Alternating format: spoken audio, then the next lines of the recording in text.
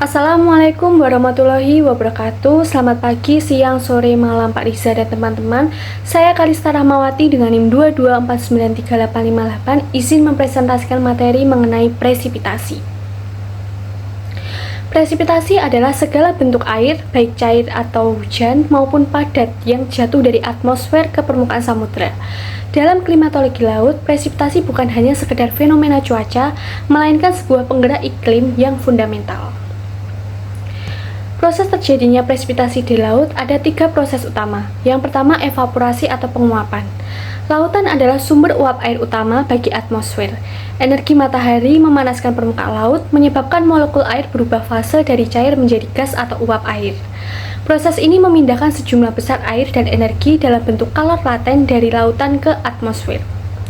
Terdapat penguapan air yang keluar dari tanaman juga yang disebut sebagai transpirasi. Yang kedua adalah kondensasi atau pengembunan. Saat massa udara yang hangat dan lembab ini naik, suhunya akan mendingin. Uap air kemudian berubah kembali menjadi tetesan air kecil atau kristal es membentuk awan. Partikel garam dari buih laut seringkali berperan sebagai anti kondensasi yang mempercepat proses ini. Saat kondensasi terjadi, kalor laten yang sebelumnya diserap saat evaporasi dilepaskan kembali ke atmosfer. Pelepasan energi ini adalah sumber tenaga utama bagi sistem cuaca seperti badai dan siklon tropis. Yang ketiga adalah presipitasi atau jatuhnya hujan atau salju. Tetesan air atau kristal es di dalam awan saling bertabrakan dan bergabung. Ketika ukurannya menjadi cukup besar dan berat, gaya gravitasi akan menariknya jatuh ke permukaan laut sebagai hujan, salju, atau bentuk presipitasi lainnya. Terdapat beberapa faktor-faktor kunci yang mempengaruhi presipitasi.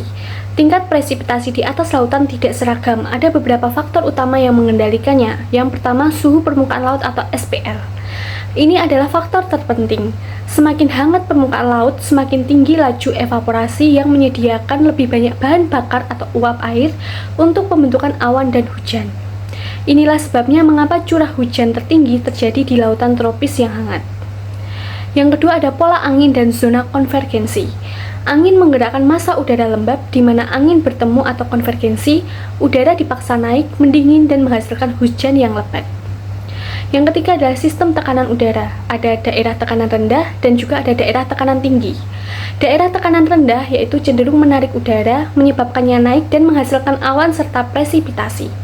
Sedangkan daerah tekanan tinggi, udara cenderung turun yang menghambat pembentukan awan. Hal tersebut menciptakan gurun lautan yang sangat kering di wilayah subtropis. Yang keempat adalah salinitas permukaan. Presipitasi menurunkan kadar garam atau salinitas di permukaan laut. Sebaliknya, evaporasi yang tinggi meningkatkan salinitas. Perbedaan salinitas ini bersama dengan suhu mengubah densitas air laut dan menjadi pendorong utama sirkulasi samudra global. Selanjutnya yaitu peran dan dampak presipitasi dalam klimatologi laut. Presipitasi adalah input air tawar ke lautan yang memiliki dampak signifikan terhadap 3 aspek utama, yaitu salinitas, sirkulasi, dan siklus energi. Yang pertama, pengaruh terhadap salinitas atau kadar garam. Ini adalah dampak paling langsung dari presipitasi, karena dapat menurunkan salinitas. Hujan adalah air tawar. Ketika hujan turun di atas lautan, ia akan mengencerkan air permukaan sehingga menurunkan salinitasnya. Yang kedua adalah keseimbangan EP. Keseimbangan antara evaporasi dan presipitasi adalah faktor utama yang mengontrol salinitas permukaan laut secara global. Di daerah di mana presipitasi lebih besar dari evaporasi seperti di ekuator, salinitas permukaan cenderung lebih rendah. Sedangkan di daerah di mana evaporasi lebih besar dari presipitasi seperti di zona subtropis, salinitas permukaan cenderung lebih tinggi. Yang kedua yaitu pengaruh terhadap stratifikasi dan sirkulasi laut. Perubahan salinitas akibat presipitasi secara langsung mempengaruhi densitas atau kepadatan air laut. Air dengan salinitas lebih rendah atau lebih tawar memiliki densitas yang lebih rendah. Lapisan air tawar yang lebih ringan ini akan mengapung di atas lapisan air asin yang lebih padat di bawahnya. Fenomena tersebut disebut sebagai stratifikasi.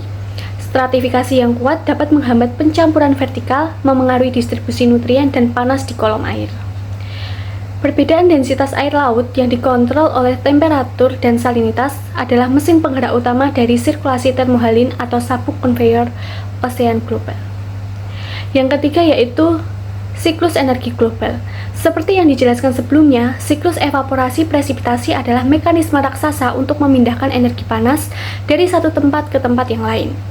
Lautan di daerah tropis menyerap energi matahari atau evaporasi, dan energi ini dilepaskan di atmosfer pada lintang yang lebih tinggi saat terjadi kondensasi dan presipitasi, membantu mendistribusikan panas ke seluruh planet.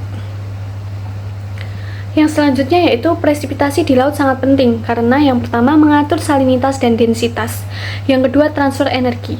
Saat uap air mengembun menjadi awan dan hujan, ia melepaskan sejumlah besar energi yang disebut panas laten ke atmosfer. Pelepasan energi ini adalah sumber tenaga utama bagi badai tropis dan sirkulasi atmosfer skala besar.